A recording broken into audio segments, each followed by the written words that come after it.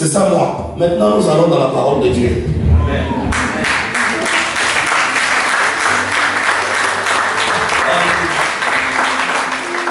Comme vous avez remarqué, on m'appelle prophète. Je ne sais pas pourquoi on m'appelle prophète, mais je suspecte, et je me trompe peut-être, que des fois quand je prêche, le Seigneur me donne une vision ou une prophétie. Les gens qui ont observé ça m'ont surnommé alias prophète. Je ne sais pas pourquoi même, c'est comme ça. Dans le livre d'Éphésiens chapitre 2, versets 1 à 8. Mais, naturellement, je suis un enseignant de la parole. La différence entre un prédicateur et un enseignant, c'est qu'un prédicateur proclame, un enseignant explique. Un prédicateur inspire, un enseignant éduque. La différence entre l'inspiration et l'éducation, c'est quand on t'inspire, on t'apporte quelque chose de nouveau pour t'exciter. Mais quand on t'éduque, on ne t'apporte absolument rien. On te fait juste découvrir ce que tu as déjà en toi. Ainsi donc, un enseignant est comme un coach. Un coach, c'est un entraîneur. Si je suis ton entraîneur de football, je ne veux pas te montrer comment jouer au football. Tu dois déjà avoir le potentiel en toi. Je vais juste te montrer à encadrer cela. Maintenant, comme je suis en train de parler là, je vais vous montrer quelque chose d'autre. Est-ce que vous êtes là? Amen. Si je vais vite, arrêtez-moi, on va revenir à Éphésiens. Des fois, quand nous venons à l'église, on veut qu'on prie pour nous, on n'a pas besoin de prière.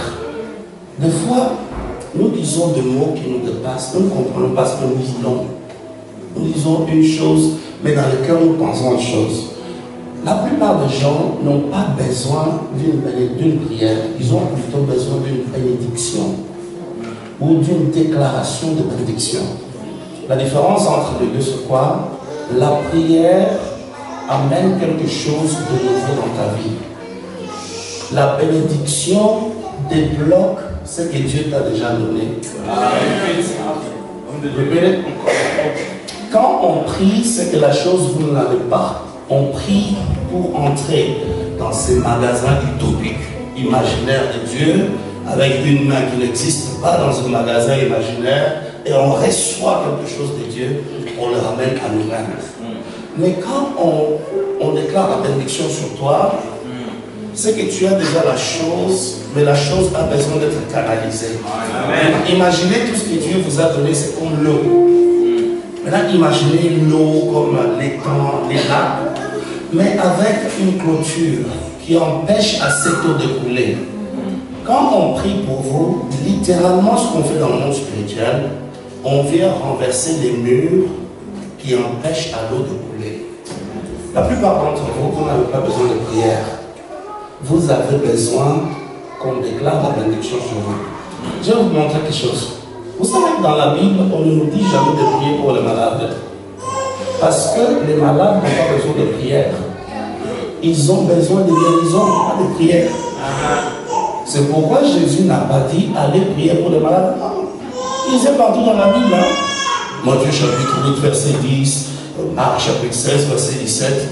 Voici les miracles qui accompagneront. Mais ici, Matthieu chapitre 8, verset 10. Guérissez les malades. Pas prier pour eux. Parce que pourquoi il prie pour lui-même? Il n'a pas besoin de ma prière. Tu es malade, prie pour moi. Va prier pour toi-même. Tu n'as pas besoin de ma prière. Tu as besoin de la guérison. Est-ce que vous me suivez? Ou bien je parle trop vite. Éphésiens chapitre 2, verset de 1 à 8. Vous êtes prêts? Ok, Isabelle? Vous étiez morts par vos offenses et par vos péchés, dans lesquels vous marchiez autrefois selon le train de ce monde, selon le prince de la puissance de l'air, de l'esprit qui agit maintenant dans les fils de la rébellion. Nous tous aussi, nous étions de leur nombre, et nous vivions autrefois selon les convoitises de notre chair, accomplissant les volontés de la chair et de nos pensées. Et nous étions par nature des enfants de colère, comme les autres. Mais Dieu, qui est riche en miséricorde, à cause du grand amour dont il nous a aimés, nous qui étions morts par nos offenses, nous a rendus à la vie avec Christ. C'est par grâce que vous êtes sauvés. Il nous a ressuscités ensemble et nous a fait asseoir ensemble dans les lieux célestes en Jésus-Christ, afin de montrer dans les siècles à venir. continue, sorry. L'infinie richesse de sa grâce par sa bonté envers nous en Jésus-Christ. C'est par la grâce que vous êtes sauvés, par le moyen de la foi. Et cela ne vient pas de vous, c'est le don de Dieu. Amen. Est-ce que vous avez compris ce qu'elle a dit? C'est l'apôtre Paul. Il est emprisonné à Rome, en Italie, à 2 heures de vol d'ici, 1h30 de vol d'ici. Si vous prenez l'avion ici, Orly, Charles de Gaulle, vous savez exactement où l'apôtre Paul était quand il a écrit ce passage. Il a écrit ça entre l'an 60 et l'an 62. Il écrit dans une culture hellénistique, ça signifie grec. Il s'adresse non pas aux Juifs, qui sont le peuple de Dieu, mais il s'adresse plutôt à des gentils, des gens qui ne sont pas des Juifs. Mais le livre d'Éphésiens est un livre extrêmement profond, qu'il faut lire avec un dictionnaire à côté. Moi, je ne suis pas français de souche. Alors des fois, quand je lis français, ça me dépasse un peu. Si je dois lire avec un dictionnaire pour comprendre mot par mot, qu'est-ce qu'il veut dire par là? Les buts de ce passage dans le livre des Éphésiens, l'apôtre Paul veut nous montrer ceci. Dieu n'est pas au point de faire quelque chose pour nous parce qu'il l'a déjà fait pour nous. Tout ce que nous demandons à Dieu ne se trouve pas au ciel. Tout ce que nous demandons à Dieu, Dieu nous l'a déjà donné. Ce n'est pas que Dieu, quand nous prions, c'est alors que Dieu se révèle sur ce moment. Éternel, oh oui, qui m'appelle? Éternel, Yahweh. Et Dieu se révèle sur ce moment. Qu'est-ce qu'il ne va pas? J'ai besoin de ceci. Oh, ok. 5 minutes, donne-moi 1 minute, je te fais ça. C'est pas comme ça. L'apôtre Paul veut nous montrer ceci. Avant que nous n'ayons le besoin, avant que nous n'ayons le désir de la chose, Dieu avait déjà anticipé tous les besoins de notre vie et il avait déjà proposé la provision pour tout ce dont nous avons besoin.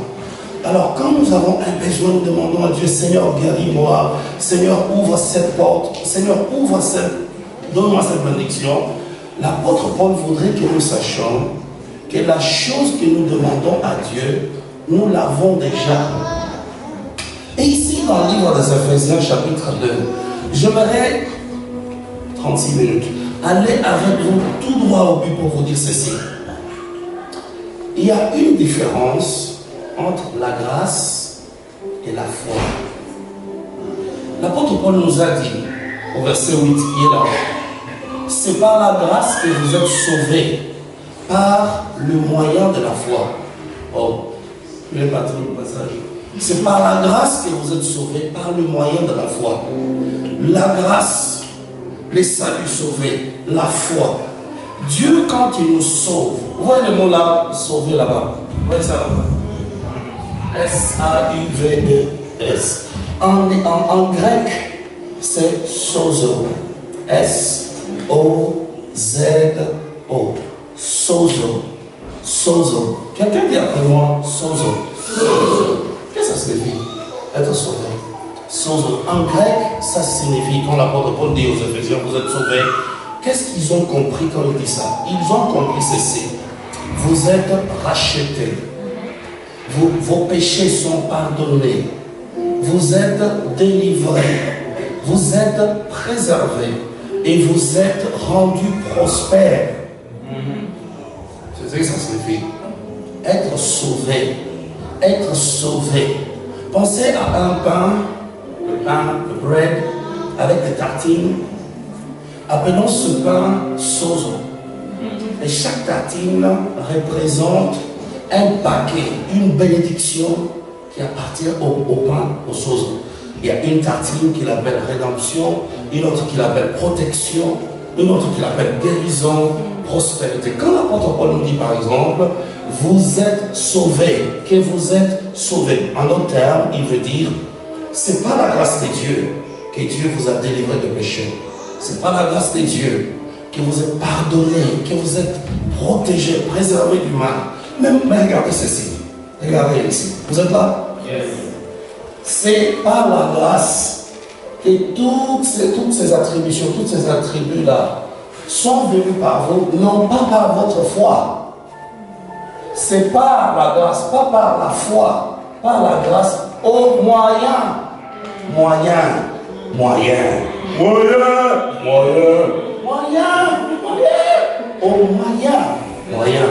moyen. Qu'est-ce que signifie le moyen? C'est la voie, le chemin, le canal, le conduit, la connexion.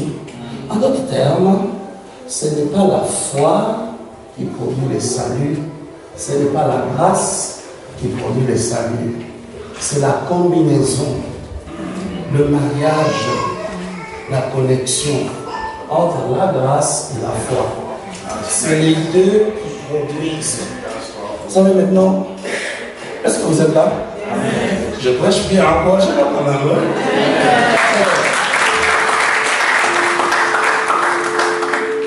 Si je n'avais pas ce micro, j'allais moi-même suivre ce message en ligne. Allez, ouais. La grâce et la foi. La grâce et la foi. Hier, le pasteur Dico, à la conclusion de la soirée, il dit ceci: un concurrent, il a déjà vaincu, il maintient sa victoire. C'est la foi. La foi et la grâce. Si nous pensons à la grâce, ça signifie quoi? La grâce, charis, en grec, charis, C-H-A-R-I-S, charis. C'est tout ce que Dieu fait sans votre implication. Il y a une fois, j'étais extrêmement stupide. Des fois, le Saint-Esprit me surprend quand je prie. Je dis des choses et il m'arrête. Une fois, j'ai dit une chose là de stupide. Je dis, Seigneur, bouge. En anglais, ça se dit, mais je ne sais pas si ça se dit en français. Lord, move in my life. Move. Comment on peut dire ça en français? Lève-toi, bouge. Et le Saint-Esprit m'a dit, Dieu n'a pas besoin de bouger parce qu'il n'est pas bloqué. God doesn't need to move because he's not stuck. C'est toi qui bouges. Il y a un passage dans la Bible, si tu n'es pas naturellement intelligent, tu ne vas pas me comprendre. La Bible dit par exemple, Josué a dit au soleil, arrête-toi. Et le soleil s'arrêta. Well, si tu n'es pas intelligent, tu penseras que Josué a arrêté le soleil. Et si tu as juste été à 2 ans à l'école ou 3 ans, tu sauras que Josué n'a pas arrêté le soleil. Il a arrêté la terre. C'est une illusion optique. Parce que là où il a l'impression que le soleil bouge. Mais quand il dit soleil, arrête-toi, ce qui s'arrête, c'est la terre. Yes. Amen, amen. Est-ce que je peux vous dire quelque chose? Quand nous prions, nous avons tendance à croire que nous bougeons le ciel. La prière ne bouge pas le ciel, la prière bouge la terre. Yes. C'est pourquoi quand nous prions, Dieu n'a pas besoin de se lever. Nous avons besoin de nous lever dans nos promesses. Comme Josué et Caleb ont dit, lèvons-nous et emparons-nous du pays. Amen. Somebody here? Yes. Vous êtes là? La grâce, c'est tout ce que Dieu fait pour vous. Par exemple, c'est lui qui vous a accordé, c'est lui qui nous a donné le Saint-Esprit, le pardon de péché. Certains d'entre vous, je vois ici de très beaux visages. C'est pas toi qui as voulu que tu sois beau. On a toujours dit, si tu ne crois pas qu'avoir une belle femme, c'est une bonne chose, demande à quelqu'un qui a une vilaine femme, tu diras, frère, avoir une belle femme, c'est une bonne chose. Et si tu es marié, tu ne crois pas que ta femme, c'est la plus belle femme, tu es malade. Tu as besoin de la guérison. Ce que vous avez, c'est Dieu qui vous l'a donné. La grâce, c'est ce que Dieu fait sans nous. Et tout ce que Dieu fait, il le fait avant que nous manifestions le besoin. Maintenant, la foi. La foi, en hébreu, foi, pistis, P-I-S-T-S, pistis, la confiance, the trust, reliance, confidence, la foi. La foi, c'est comment nous répondons à tout ce que Dieu fait dans notre vie. Est-ce que vous êtes là? Amen. La grâce, c'est ce que Dieu fait. La foi, c'est ce que nous faisons. Maintenant, regardons encore ce que je venais de dire là. C'est par la grâce que vous êtes sauvés au moyen de la foi. Le salut. Je vous ai dit sozo, la délivrance, la protection, la guérison, le mariage, la bénédiction, les portes ouvertes dans ma vie, la prospérité, toutes ces choses-là proviennent premièrement de Dieu. Mais elles ne nous touchent pas si nous ne les recevons pas par la foi. Retournons encore à ce que je venais de dire là. La grâce, le salut, la foi. La grâce, le salut, la foi. Le salut vient parce que nous répondons positivement à ce que Dieu veut faire de nous. Je vais vous donner un exemple. Le sel de table que nous utilisons dans la cuisine, c'est la composition de deux éléments chimiques extrêmement dangereux pour notre vie. Le sel est fait du chloride et du sodium. C'est les chlorides de sodium. Le sodium en lui-même, si vous le consommez à une grande quantité, il va vous tuer, il va vous faire du mal, il va vous emmener à l'hôpital. Le chloride en lui-même, si vous le consommez en grande quantité, vous allez mourir.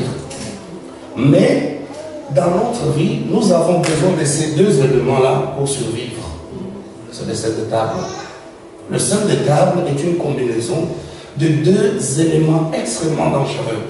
Pris chacun de lui-même, il est nocif pour nous. Mais vous les mettez ensemble, les deux produisent la vie. Étonnant ce passage. C'est par la grâce que vous êtes sauvés au moyen de la foi. La grâce, c'est comme le chloride. La foi, c'est comme le sodium. Si tout ce que vous rêvez dans votre vie, c'est la grâce de Dieu, c'est la grâce de Dieu. La grâce de Dieu en elle-même, elle est dangereuse. Yes. La foi en elle-même, elle est dangereuse. Yes. Parce que la grâce de Dieu, si vous la menez à l'extrême, vous tombez dans le libertinage. Vous allez commencer à vivre comme un païen. Vous dites, bon, de toutes les façons, Dieu m'a déjà pardonné de toutes les façons. La foi en elle-même, prise à l'extrême, c'est de la sorcellerie. Parce que la foi, c'est ce qui appelle à l'existence des choses qui n'existent pas. C'est le pouvoir qui crée. La foi, c'est le pouvoir qui attire dans le visible ce qui est dans l'invisible. Maintenant, quand un homme ou une femme a tellement la foi, mais ne comprend pas l'importance de la grâce de Dieu, la personne sera tentée à croire que c'est par ma foi que les choses marchent dans ma vie. Non. Oui. La foi ne peut pas recevoir ce que la grâce n'a pas donné. Est-ce que vous êtes là? Amen.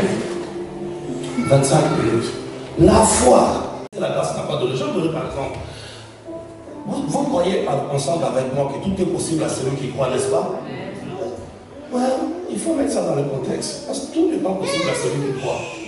Je vais vous donner un exemple. Tu te lèves le matin et tu crois que si tu vas aller... Donnez-moi le nom d'une banque en France ici. BNP. Seigneur, ce matin, je vais aller cambrioler la BNP. Et par la foi, je vais entrer, je vais sortir et ils ne vont rien me faire.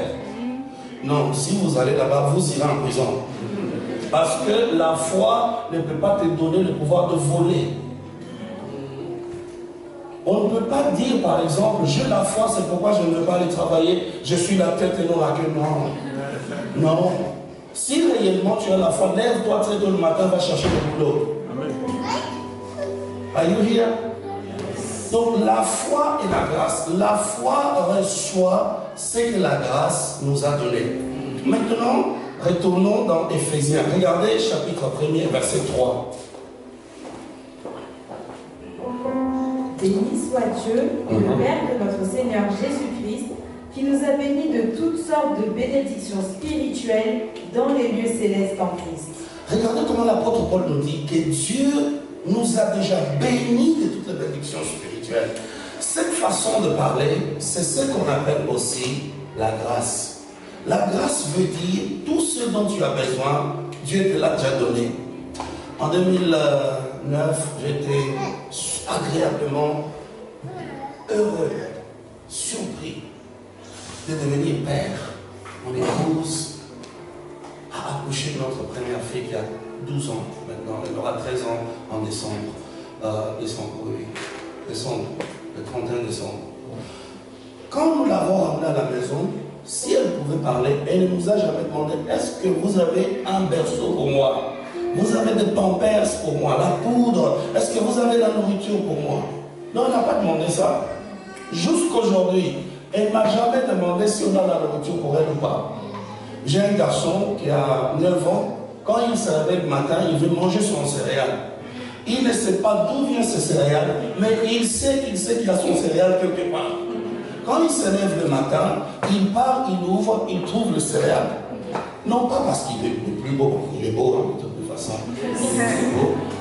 Non pas parce qu'il est le plus intelligent, non pas parce qu'il aura froid, non pas parce qu'il se réveille le matin et dit, je déclare ce matin, j'aurai mon céréale, tout âme, je compte encore.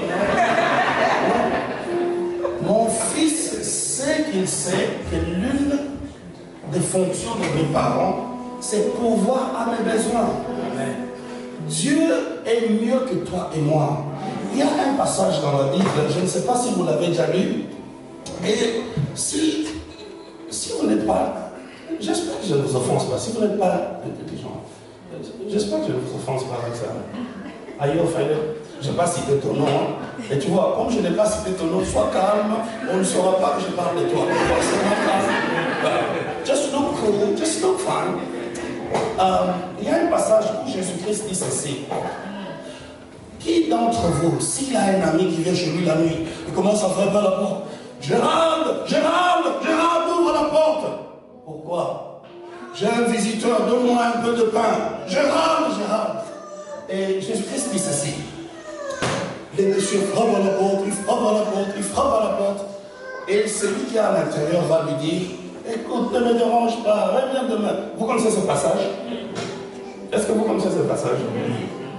Celui qui est à l'intérieur va dire, pourquoi tu me déranges? Mes enfants et moi, nous sommes dans la maison. Ne nous dérange pas. Et Jésus continue pour dire, même s'il n'a pas envie de se réveiller, lui donner des pains, mais pour l'empêcher à ne pas trop le déranger, il va quand même lui donner. Si tu n'es pas assez intelligent, tu penseras qu'il parle de toi. Tu te verras dans cet homme mendiant de la maison, à l'extérieur, en train de frapper.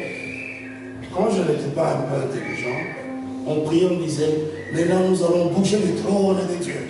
Nous allons secouer le ciel. Naturellement, c'est de la politesse. Parce que Dieu est assis sur le trône, toi tu vas venir pour le secouer. Ça ne marche pas dans ta tête quelque part. Non, tu n'es pas celui qui est à l'extérieur en train de frapper à la porte. Parce que le monsieur a dit, mes enfants et mon épouse sont ici avec moi. Amen, amen. Si tu es enfant, si tu es épouse de Christ, tu n'as pas frappé à la porte. Tu n'as qu'à te lever et aller chercher dans la maison ce qui t'appartient déjà. Qu'est-ce que je veux dire par cette démonstration-là? Ce n'est pas la prière du chrétien pour que Dieu fasse quelque chose pour moi. Nous chantons des choses qui sont extrêmement détrimentales. Ça se dit en français, n'est-ce pas? Detrimental. Nocives, nuisibles à la foi. Par exemple, Seigneur, fais quelque chose dans ma vie.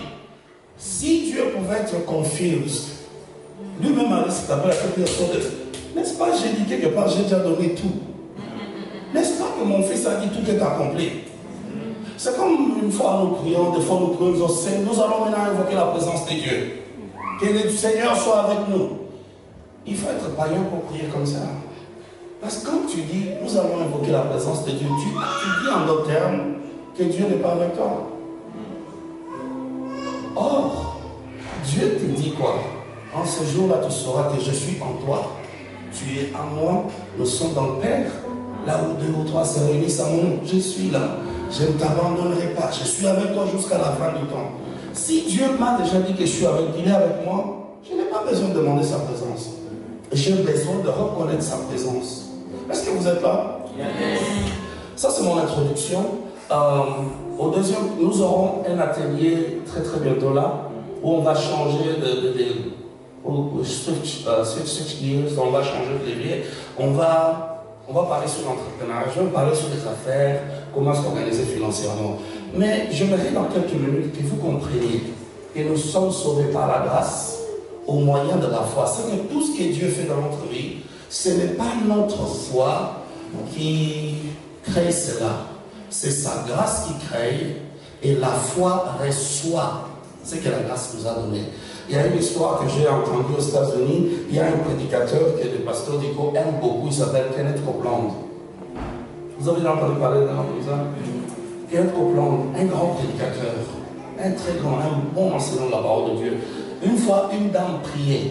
Elle a pris la parole, elle a lu dans les Saintes Écritures, où il est écrit, tout est possible à celui qui croit. Elle a commencé à prier, Seigneur, je crois que Kenneth Copeland, c'est mon mari. J'ai la foi. Est-ce qu'elle a mal agi? Non, mais la Bible dit tout est possible à celui. Elle croit que c'est son mari, comment toi tu refuses? Tu te prends pour qui pour refuser que ne peut pas avoir Kenneth Copeland? Parce que la foi ne peut pas te faire aimer quelqu'un. La foi ne peut pas te faire arracher le mari d'autrui. Dieu est en ces lieux. Je ne sais pas pourquoi je sens ça, j'hésite de le dire. Ne te sens pas seul. Tu es aimé. Tu pleures en secret. Tu as tendance à faire le beau visage. Personne ne sait que tu as des larmes secrètes. Tu n'es pas seul. Tu es aimé. Tu es aimé. Le Dieu de ta consolation connaît ta valeur. Ton nom a été traîné dans la boue. Et tu t'es senti toi-même abandonné. Il y a même des fois tu t'es dit, à quoi ça sert d'être vivant ou d'être vivante? Mais Dieu te dit, tu n'es pas seul. Tu vois, c'est une femme, tu n'es pas seul. Dieu t'aime parce qu'il est le bon ton cœur. Amen. Alléluia. Ouais, frère Gérald, j'ai vu dans ton esprit écrit healing. Healing. Le Seigneur te fortifie parce qu'il t'a appelé toi à être la main de la guérison à plusieurs. Tu vas le remarquer, une grâce particulière de guérison. Et c'est seulement de prier pour les gens que tu vas voir ou de les guérir. Parce que tu as un talent particulier. Maintenant, dans ton esprit, tu as comme un magnet, c'est un appareil là qui attire des fers. Ouais, il y a un truc là, un aimant. Les gens se sentent naturellement attirés par toi et ils se sentent confortables. Parce que Dieu t'a donné un don de guérison. Mais ce n'est pas seulement la guérison physique, mais c'est aussi la guérison émotionnelle. Ce que tu dois commencer à faire, c'est que même quand tu es sous tension, tu as tendance à te fâcher, casser tout, taper sur la table, ne le fais pas. Calme-toi, parce que tu attires beaucoup de gens autour de toi qui voient en toi un leader. Qui voient en toi un leader. Je vois ça. Remove anger. Can you help me translate that? Remove anger from your heart. For the Lord has called you to be he who brings healing. Dieu t'a appelé à être la personne qui apporte la guérison. Mais là, pasteur Max, je ne sais pas combien ça prend, mais tu as senti un grand besoin pour les nations. Dieu t'a donné un cœur pour les gens qui ne parlent pas comme toi, qui ne te ressemblent pas. Tu as demandé à Dieu les nations et Dieu dit les portes des nations te sont ouvertes.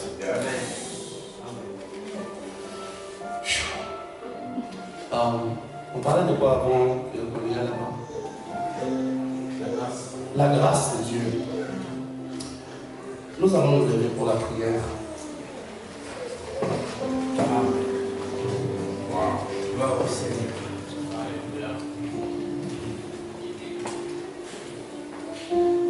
Le Seigneur est dans ces lieux. Pendant qu'on faisait l'adoration là, et je dois confesser, Cité de vainqueurs, vous avez une très bonne musique. La plupart des grandes choses avec Dieu prennent place pendant qu'on chante et qu'on loue, pas pendant qu'on prêche. C'est pendant l'adoration et la louange que les grandes choses se font. Parce que quand on prêche ou quand on prie, ça active les anges. Ça active les anges. Mais quand on adore, on touche, on est en communion avec Dieu lui-même.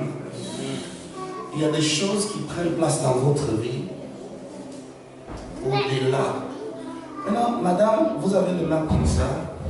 Le Seigneur ouvre une porte d'opportunité, plusieurs portes d'opportunité beaucoup de rêves dans ton cœur, beaucoup de bonnes idées, mais des connexions qui viennent à toi. Parce que Dieu t'a appelé, non pas seulement pour être une femme d'excellence, mais une femme qui supporte l'œuvre de Dieu financièrement, avec un cœur extrêmement généreux. Je te vois quelque part en train de t'inquiéter quand tu vois ceux qui n'en ont pas, les homeless, les enfants orphelins. Tu as un gros cœur comme une mère et tu te dis, si Dieu me donne les moyens, je vais faire tellement de grandes choses pour les gens. Il y a des portes d'affaires qui s'ouvrent au-devant de toi. Et Dieu t'aime beaucoup, il t'aime tellement. Et j'écoute une voix qui t'appelle ma meilleure amie. C'est comme le Seigneur Jésus-Christ qui t'appelle lui-même sa meilleure amie. I don't know. That's why it's good to speak English. C'est pourquoi c'est bien de parler en anglais, parce que tu n'as pas besoin d'articles, son, ça, so cares about that.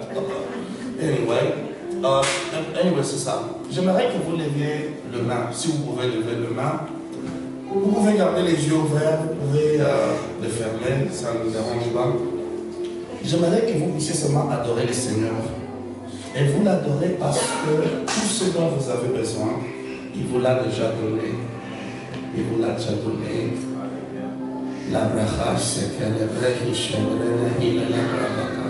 Seigneur, nous t'adorons cet après-midi. Parce que tout ce dont nous avons besoin, tu nous l'as déjà donné. Par ta grâce, nous avons déjà tout reçu. Accorde-nous maintenant, Seigneur, à bien comprendre l'impact de la foi sur la grâce. Comment la foi active la grâce de Dieu dans notre vie. Je te bénis, Seigneur, pour le mariage. Je te bénis, Seigneur, pour la délivrance.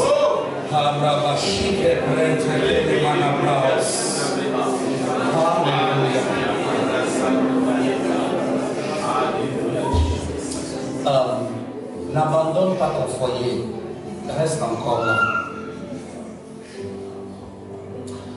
Il y a un vent qui va souffler contre l'église ici, parce que la cité des vainqueurs, le grand combat que vous avez vient des flèches qu'on appelle dans le monde spirituel des accusations.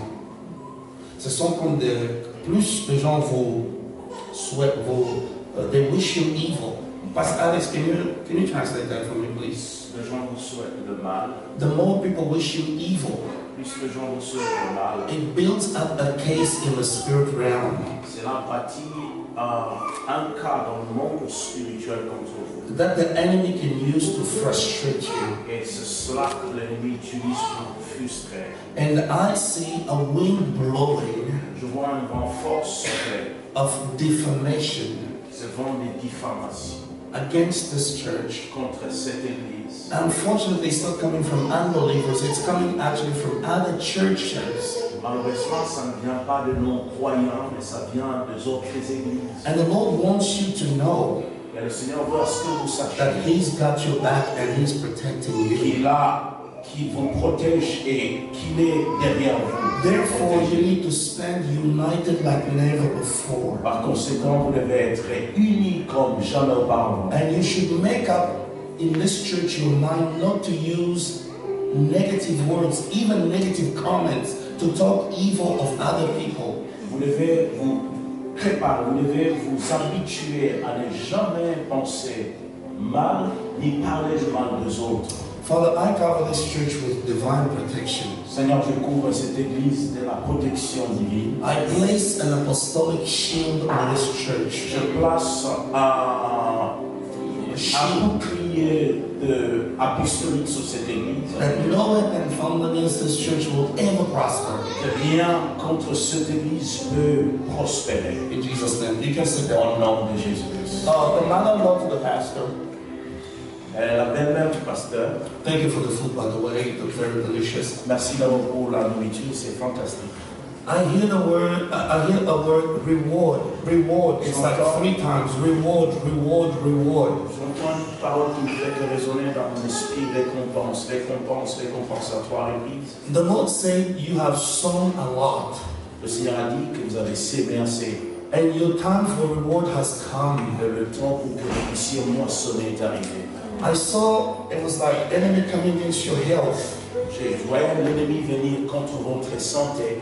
But the Lord says, what you planted in the past Et le Seigneur a dit ce que vous avez planté dans le passé. has protected you. Cela t'a protégé. Your life is a miracle. Ta vie est un miracle. And I see a group of people wondering, how is she still alive?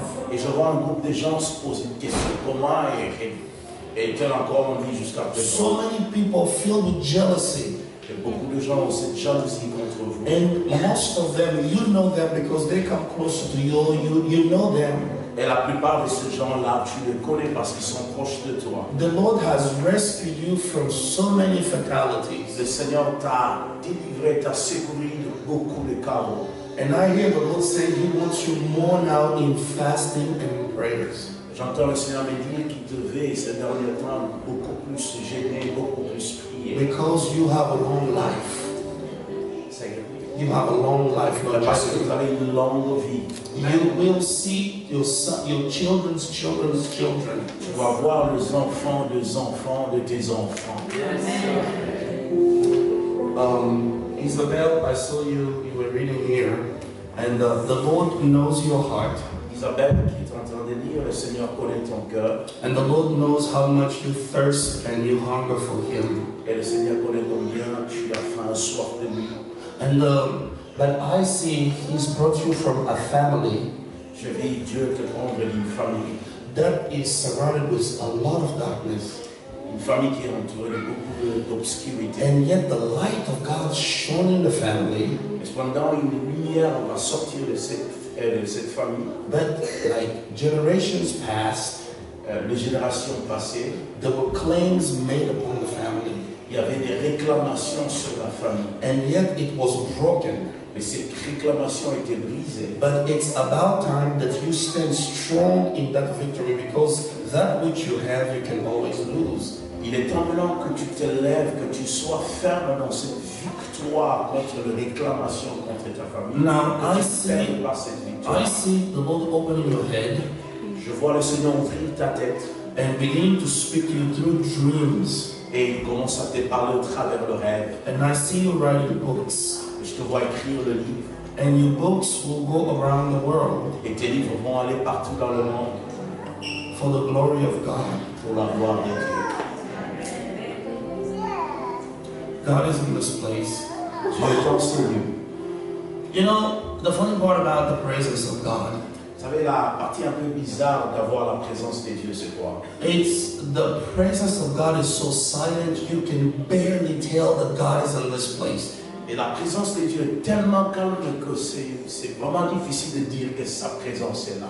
The Bible says, La Bible déclare, surely the presence of the Lord is in this place, and I didn't know it. certainement sa présence était ici, mais je ne le savais pas. That's the difference with the presence of God. Voilà la différence avec la présence. You could be standing right here next to the angel of God. Tu peux être là, ne sachant pas que tu étais à côté de l'ange de Dieu. Do you see all these angels I see here? Or you don't, I don't know. Est-ce que vous voyez les anges que moi je suis en train de voir ici? There's breakthrough in this place right Il y a now. une percée en ces lieux maintenant là que je parle.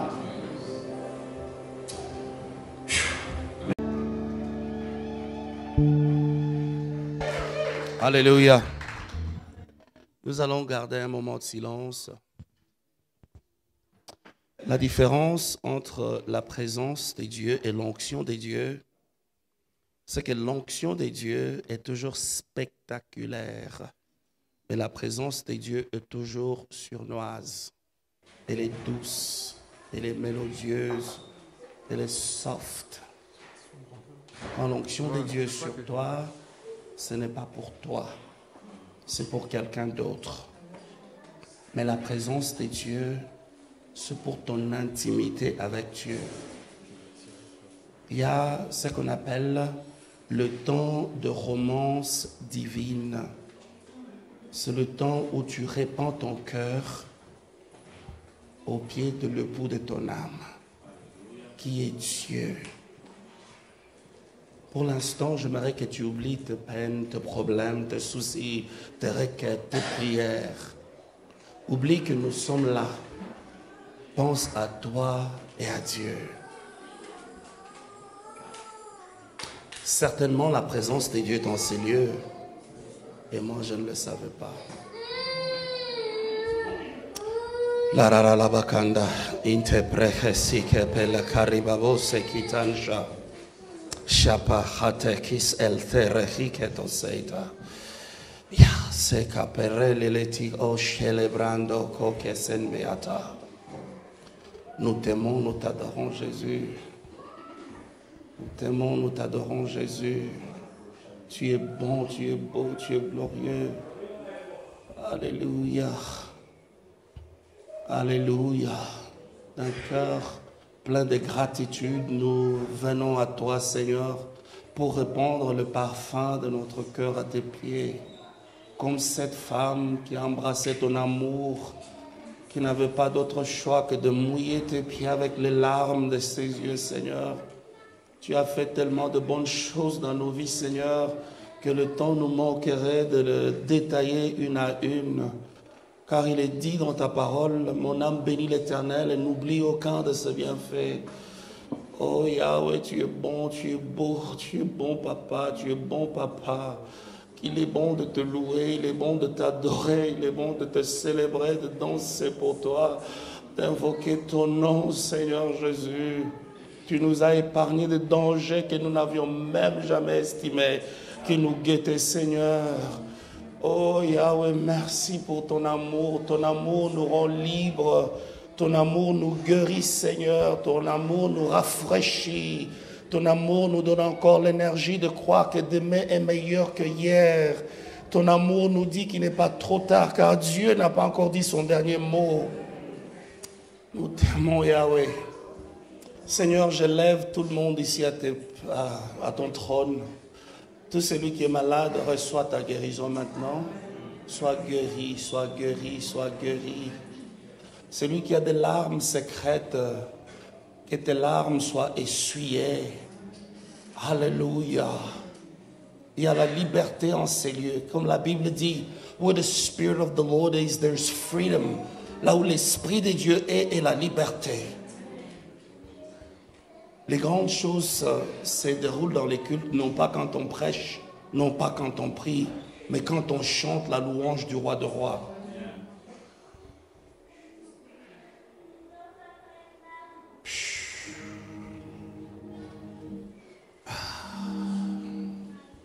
Quelqu'un murmure seulement « Jésus, je t'aime ».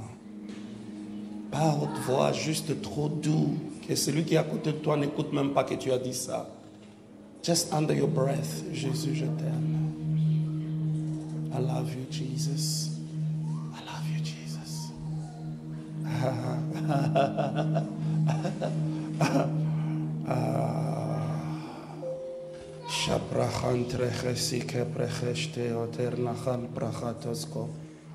Au nom de Jésus. Amen. Soyez bénis au nom de Jésus.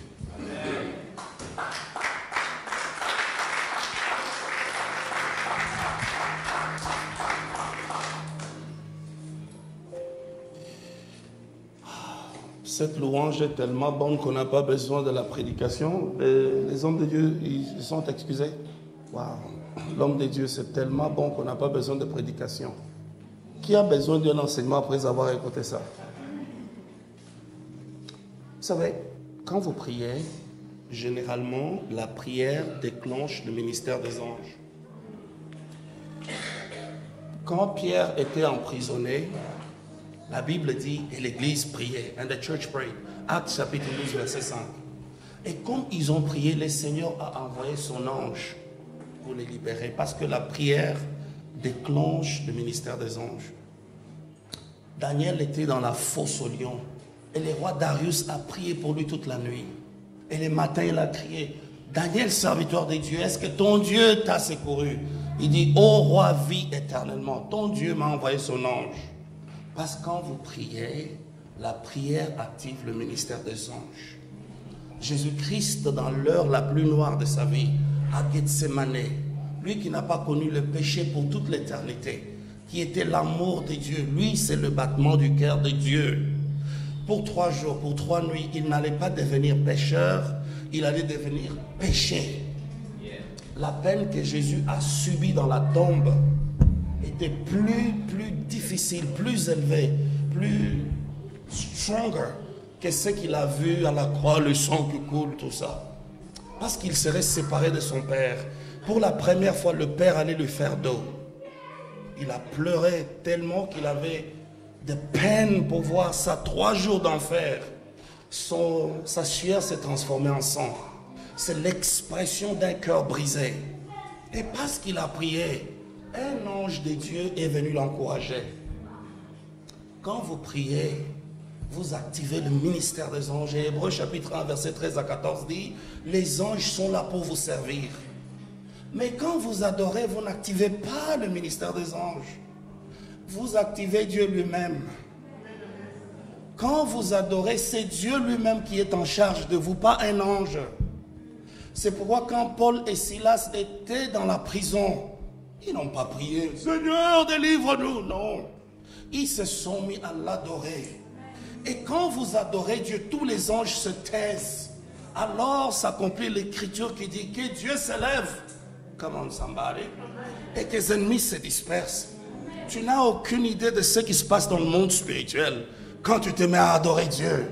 Et la Bible dit quand Dieu a commencé à frapper son pied, la prison a eu un tremblement. Les chaînes qui entouraient Paul et Silas sont tombées. Mais écoutez, pas seulement eux, mais tous ceux qui étaient autour d'eux. Parce que réellement, tu sais que tu es béni de Dieu si ce que Dieu a fait pour toi t'affecte et affecte quelqu'un d'autre. Quand ils ont vu leur chaîne tomber, ce n'était pas seulement leur chaîne. Tu n'as aucune idée de ce qui se passe dans le monde spirituel quand tu adores. Ce ne sont pas seulement tes chaînes qui tombent, mais c'est les chaînes de tous ceux qui sont autour de toi. De ton frère, de ta soeur, de ton cousin. Il faut aimer les temps d'adoration. Les temps d'adoration, ce n'est pas les temps de miracle. C'est le temps de la bénédiction. Vous savez, quand nous vivons avec Dieu, on peut vivre avec Dieu par miracle. Et ça fait trop mal de vivre par miracle. Si vous demandez à Dieu comment tu veux que je vive avec toi, il te dira, ne vis pas de miracle en miracle. Vis plutôt de bénédiction en bénédiction. Parce que le miracle, ça signifie quoi? Littéralement, selon le dictionnaire, larousse.fr. Le miracle signifie le secours que Dieu te donne quand tu es dans des problèmes. Ton dos est contre les murs. Tu n'as pas d'autre issue. Tu ne sais pas où aller. Et Dieu vient. Il casse les murs pour toi. Sorry, pardonnez-moi.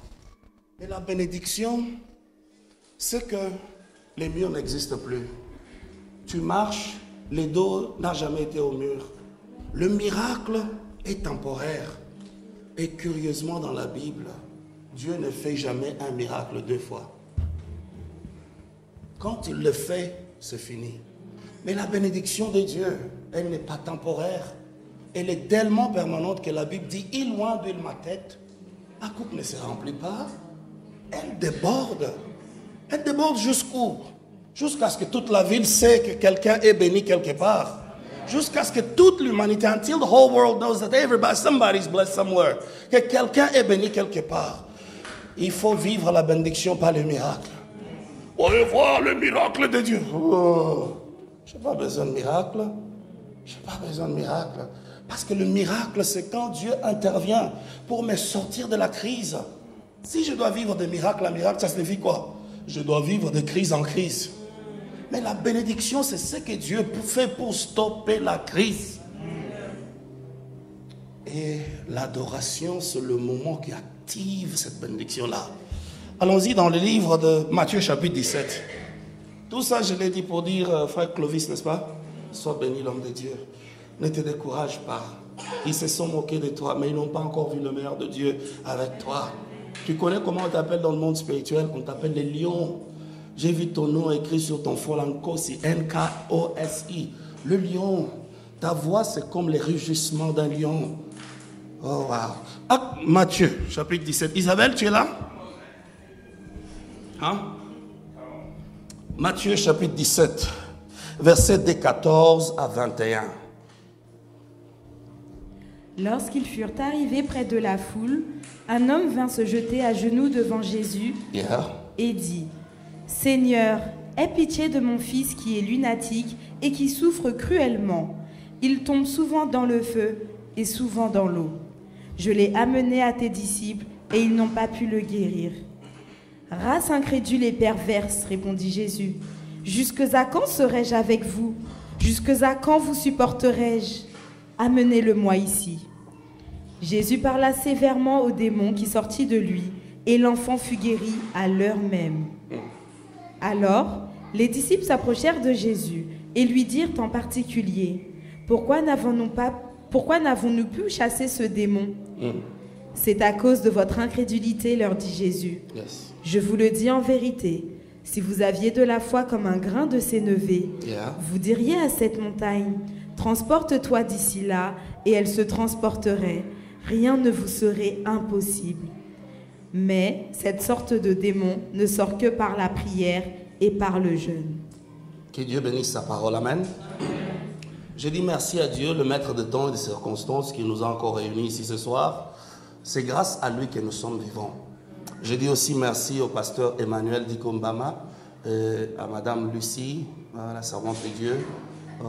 Derrière un grand homme de Dieu, il y a une grande femme de Dieu. Merci à vous. Merci aussi à vos enfants. Vous avez de beaux enfants. Le Seigneur vous a béni avec Andrea, Joshua, Zoé. Que Dieu vous bénisse. Et tous les diacres, toutes les servantes de Dieu ici, que Dieu vous bénisse. Assemblée, la cité de vainqueurs par la foi, vous êtes bénis. Je vais aussi dire merci à tous les hommes de Dieu qui sont là ce soir. Pasteur Max Mokonga et son épouse, maman Nancy, qui n'est pas là ce soir, mais pardonne-moi maman, que Dieu vous bénisse, à Lucien aussi. Je présume que vous êtes aussi des hommes de Dieu, n'est-ce pas? L'homme de Dieu ainsi que madame, que Dieu vous bénisse. Merci de recevoir de votre présence. Au groupe musical Frère Clovis, tout le monde, que Dieu vous bénisse. Brièvement, je vais parler, et comme je le disais le matin, je vais parler tellement lentement que si tu avais besoin de sommeil, ce sera une occasion pour toi de bien dormir maintenant là, parce que ma voix là, elle a une grâce particulière de te bercer. Je disais à quelques frères ou sœurs, on était à l'extérieur, ma fille aînée, elle a un stack de mes CD. Elle aime m'écouter mes enseignements. Et elle m'a dit que non, elle aime ça parce que ça l'aide à dormir. Ma fille, tu pouvais me dire, tu peux motiver papa autrement. Pourquoi tu dis à papa que non, quand papa prêche, j'ai envie de dormir? Anyway, c'est toujours les hommes de ta maison. J'aimerais qu'on puisse aller droit au but. Je n'aimerais pas gaspiller votre temps. Le temps est une commodité extrêmement rare, plus importante que l'or et les diamants. J'aimerais brièvement vous parler pour vous montrer que quand nous sommes dans la conquête, quand vous pensez au concept de la conquête, ce qui vous vient à l'esprit, premièrement, c'est les enfants d'Israël qui quittent l'Égypte, qui partent conquérir la terre promise. Mais curieusement, je n'ai pas le temps de vous le montrer, nous voyons que certains d'entre eux n'héritent pas de ce à quoi Dieu leur a destiné. Certaines choses. Hébreux chapitre 2, versets 2 à 4 nous dit que nous ne devons pas imiter l'exemple de ceux qui, bien qu'ayant reçu la promesse de Dieu, ils n'ont pas hérité de cette promesse, car la parole qu'ils ont écoutée, ils ne l'ont pas mélangée avec la foi. Ainsi donc, quand nous écoutons la parole de Dieu, le Seigneur te dit de grandes choses vont se réaliser dans ta vie, ce n'est toujours pas garanti que cela va se réaliser. Les drames de la vie, c'est qu'on peut vivre et mourir sans que la volonté de Dieu ne se passe dans notre vie. Je sais que c'est un peu choquant parce que plusieurs personnes pensent tout ce que Dieu veut, Dieu l'aura. C'est trop simpliste de dire des choses comme ça. Parce que si nous regardons le caractère de Dieu, Dieu ne nous impose rien. Par exemple, la Bible nous dit, voici, je me tiens à la porte et je frappe. Si quelqu'un écoute ma voix et m'ouvre la porte, j'entrerai. Et si quelqu'un, tu peux paraphraser ce passage pour dire, ça c'est Apocalypse chapitre 3, verset 20, si quelqu'un écoute ma voix, mais ne m'ouvre pas, je n'entrerai pas. Mais Dieu n'a pas besoin de frapper à la porte. Il peut casser la porte, il peut entrer par les murs, mais Dieu respecte notre choix. Ainsi donc, la volonté de Dieu ne se réalise toujours pas dans notre vie. Alors, nous sommes des conquérants. L'année 2022, c'est l'année des conquêtes. Cela n'est pas garanti que nous allons tous conquérir. Il y a des gens dans la Bible qui ont échoué. Il y a un monsieur fantastique dans la Bible appelé Pierre. Pierre, Petros, Peter, Pedro en espagnol. Ce Pierre-là, Jésus lui a dit, viens, marche sur les eaux comme moi. Il s'est mis à marcher, chemin faisant, il s'est enfoncé dans l'eau. Ça nous montre par là que Jésus peut te donner la puissance, le pouvoir, la prophétie. Cela ne garantit pas que tu vas arriver au bout. Un passage fabuleux dans le Saintes Écritures que vous connaissez peut-être, c'est Genèse chapitre 1, verset 3. Tu vas me donner combien de versets bibliques? Tu as un problème avec les versets bibliques ou bien? Les versets bibliques te mettent mal à l'aise ou bien? Genèse chapitre 1, verset 3 nous dit quoi? Et Dieu dit que la lumière soit. Vaikra Elohim Aïta Or. Or Aïta en hébreu. Et Dieu dit que la lumière soit. Quand Dieu dit que la lumière soit, vous pensez qu'il s'adresse à qui? À la lumière ou aux ténèbres? Je vous propose, comme la lumière n'est pas créée, la lumière est éternelle, c'est Dieu lui-même. Dieu ne demandait pas, ne créait pas la lumière. Dieu plutôt menaçait les ténèbres. Pourquoi? Parce que quand Dieu te parle, la parole de Dieu produit la lumière. Et une fois que la lumière qui est sémée pour les justes par la parole vient, les ténèbres ont tendance à étouffer la lumière. Et Dieu dit aux ténèbres, que la lumière soit. Ne touchez pas à la lumière. Vous êtes là, quelqu'un, vous êtes là? Ainsi donc, quand Dieu te dit quelque chose, la même puissance qui excite la prophétie donne au diable un assignment. Assignment, c'est une mission. Les feux qui t'animent pour servir Dieu excitent aussi les diables pour t'attaquer. Ainsi donc, comme Dieu, tu dois dire que la lumière soit. C'est pourquoi dans notre vie, il y a des temps où nous devons prier, mais il y a des temps où nous ne prions pas. Par exemple, quand j'étais un peu, tu vois, pas trop intelligent, c'est une façon polie de dire un peu stupide. À l'époque là, j'ai prié. Nous allons maintenant faire la prière d'autorité. La prière d'autorité n'existe pas. Parce que la prière est une position de faiblesse, de vulnérabilité qui n'est adressée qu'à Dieu. Tu dis, viens au secours. Autorité signifie ou stipule exercice de force. On n'exerce pas la force en position de faiblesse. Qu'est-ce que c'est? Il y a une dame là chez nous aux États-Unis, une maman japonaise là qui est venue là pour la prière, la délivrance, tout ça. Et puis comme dans le passé, quand elle vivait au Japon, elle avait contracté, tu vois, les contrats avec l'ennemi, tout ça, elle avait signé. Après avoir ouvert son cœur, je lui ai dit, madame, tu dois renoncer au diable. Comme tu étais mariée au Satan, dis-lui que tu vas renoncer au diable. Madame X, Y, Z baisse sa tête et dit, très cher Satan. Arrête. Ça c'est pas l'autorité. Tu ne vas pas divorcer du diable en l'appelant très cher Satan. Non. Jacques chapitre 4 verset 7 nous dit, résistez au diable. Résistez au diable. Pourquoi je dis ça? Parce que quand nous résistons, nous ne prions pas. Nous exerçons un pouvoir. Maintenant, il y a un passage que tous vous connaissez. Tu vas nous donner combien de versets bibliques? Tu as un problème avec les versets bibliques?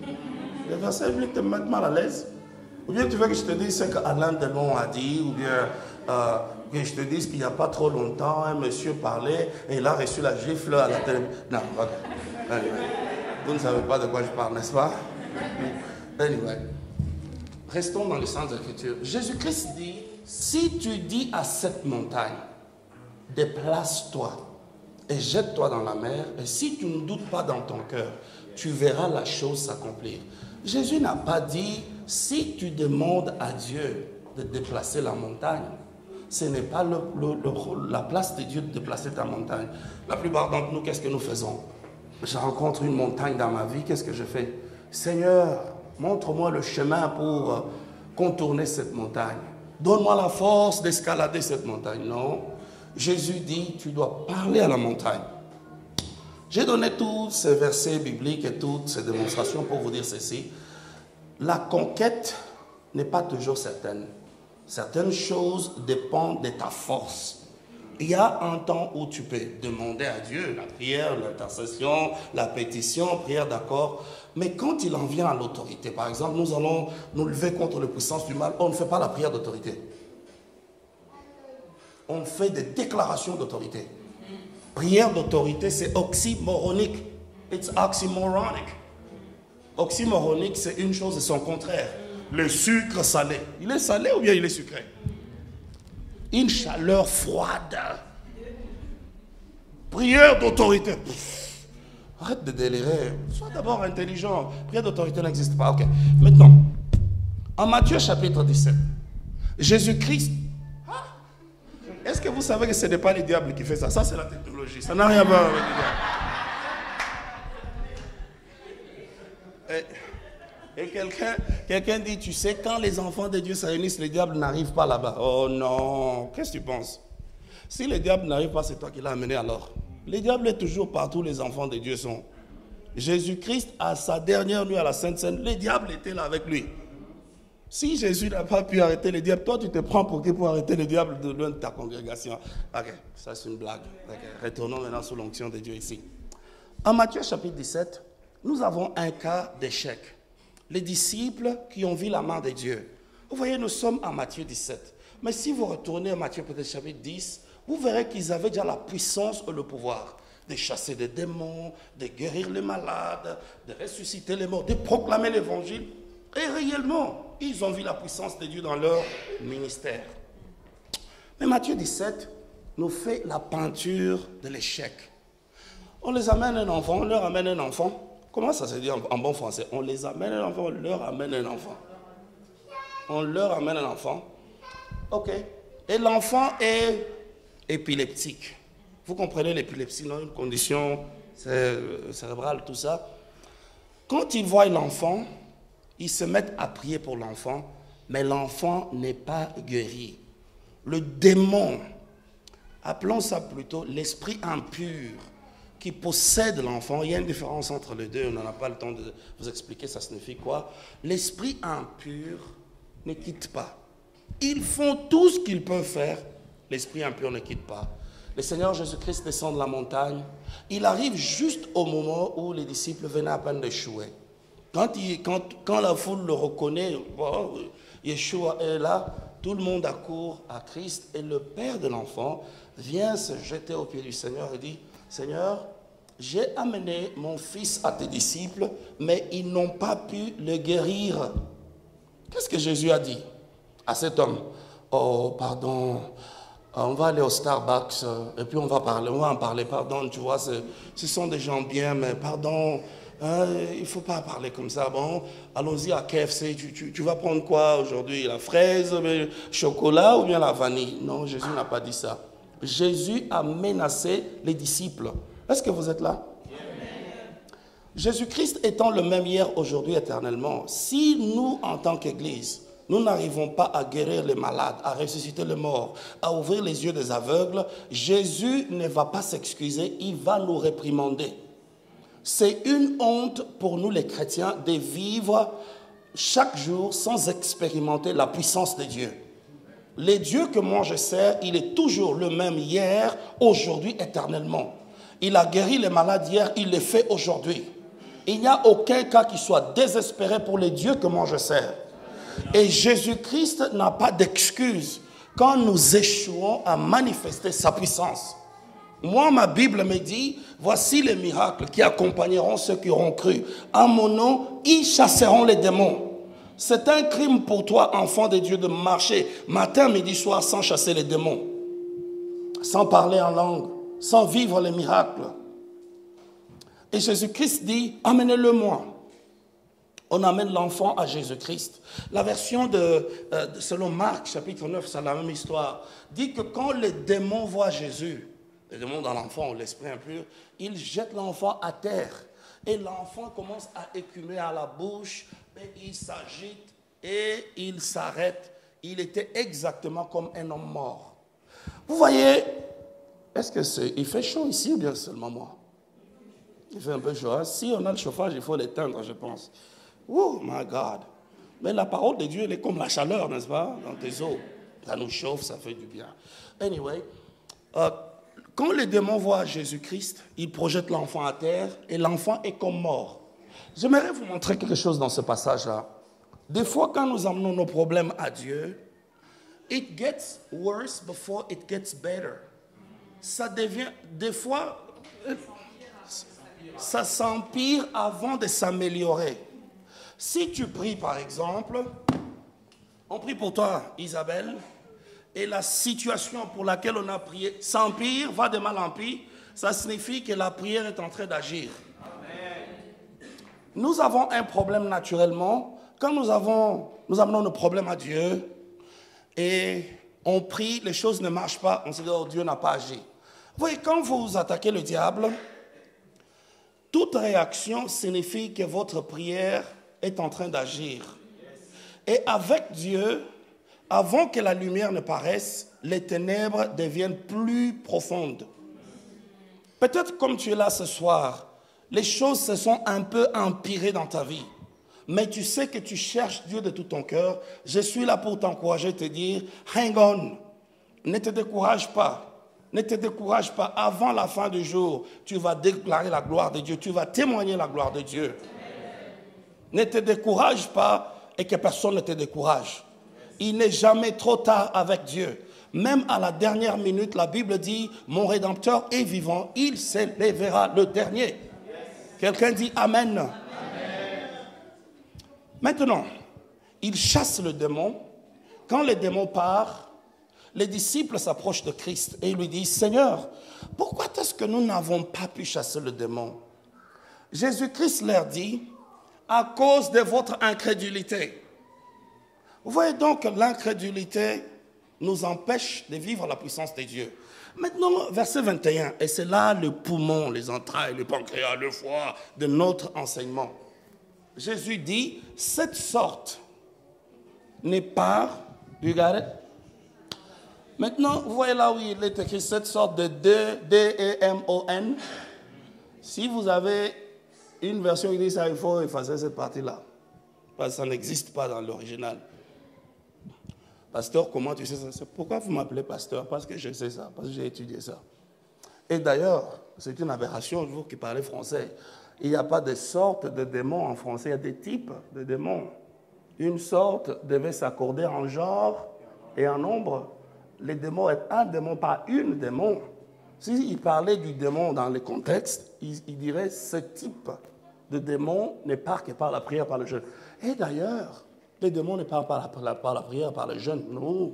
Oh non. Les démons partent par la proclamation du nom de Jésus, pas par la prière et le jeûne. Are you here, somebody? Vous êtes là ou bien vous pensez déjà à la pizza que j'ai commandée pour vous? Yeah. Si tu chasses un démon au nom de Jésus et ne pars pas, oublie les jeûnes et la prière. Parce que le nom de Jésus est plus puissant que la bombe atomique. Si un démon résiste à la puissance du nom de Jésus, les jeûnes et la prière ne peuvent pas le déplacer. Jésus n'a pas dit, voici ces miracles qui accompagneront. En priant, ils chasseront les démons. Non. Vous vous souvenez, n'est-ce pas? Marc chapitre 16, verset 17, n'est-ce pas? En quoi ils chasseront les démons? La Bible dit, le nom de l'Éternel est une tour fortifiée. Le nom de l'Éternel, pas la prière, pas les jeûnes. Non, la prière et les jeûnes ne chassent pas les démons. Maintenant, si nous retournons ici, trop vite. How much time? 5 minutes? Good. Ce qui a stoppé les démons, Jésus leur a dit, pourquoi est-ce que nous n'avons pas pu chasser les démons? Il leur a dit, c'est à cause de votre incrédulité. Et cette incrédulité-là quitte par la prière et le jeûne. C'est l'incrédulité qui quitte par la prière. Je ne parle pas par les démons. Ce n'est pas le démon qui quitte. Les démons quittent à la proclamation du nom de Jésus. Mais l'incrédulité, pour que ça te quitte, tu dois mortifier ton cœur dans les jeûnes et dans la prière. C'est pourquoi il dit ceci. Le problème, ce n'est pas que vous avez besoin d'une grande foi. Il dit, si vous avez une toute petite foi, comme un grain de sénévé. Le grain de sénévé, pour vous qui avez été en Israël, comme pasteur Alex était là, c'est tellement petit que si vous le mettez entre votre index et votre pouce, vous ne le verrez pas. Il est tellement petit comme ça. Jésus dit, si dans ton cœur, tu as une petite foi en Dieu, toute petite, tu crois, tu as beaucoup d'hésitation, mais tu sais que ouais, Dieu existe. Si tu crois en Dieu, même petit comme ça, c'est tout ce dont tu as besoin pour vivre la gloire de Dieu. Mais ce qui nous détruit, c'est notre incrédulité. Et pour anticiper à cause de mes 3 minutes qui me restent, la plus grande incrédulité, c'est douter de ce que Dieu peut faire avec toi. Quand tu doutes de Dieu, ça n'affecte pas Dieu. Les doutes qui stoppent notre foi, c'est ne pas se voir comme Dieu nous voit. Et je vais vous dire ceci. Quand Dieu ouvre les yeux de ton cœur, la première personne que tu vois, c'est toi-même. Si tu ne te vois pas comme Dieu te voit, même si tous les anges venaient à ton secours, tu ne verras pas la grandeur de Dieu. Les enfants d'Israël ne sont pas restés au désert parce qu'ils ont douté. Dieu ne peut rien faire. Ce n'est pas parce qu'ils ont douté de Dieu, mais c'est parce qu'ils se sont doutés d'eux-mêmes. Ils ont dit, oui, Dieu peut le faire, mais nous sommes comme des sauterelles. Et Dieu dit, si tu te vois comme une sauterelle, même Dieu ne peut pas t'aider. Je vais vous dire, mes frères et sœurs, si vous voulez vivre comme des conquérants, faites comme moi. Regardez-vous comme Dieu vous voit. Depuis que j'ai commencé à me voir comme Dieu me voit, depuis 2011, après 11 ans de ministère, j'ai commencé à prêcher en 91. Non, 21 ans. Wow! Je suis aussi vieux que ça. Ma fille a vu mes cheveux, elle dit, Papa, Daddy, you're getting too old. Oh, baby, what are you talking about?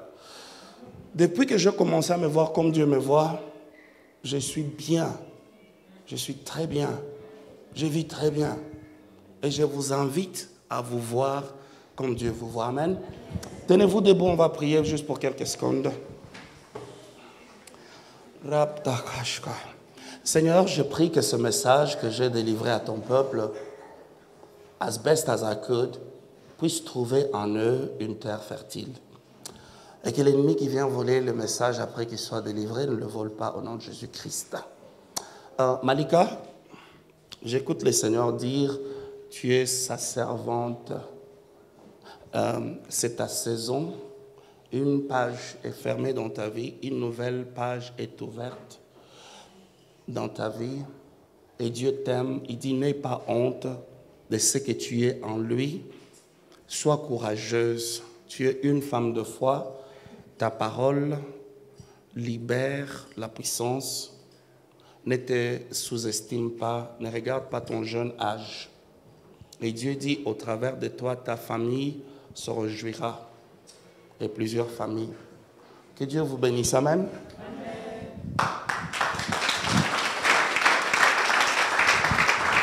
Amen.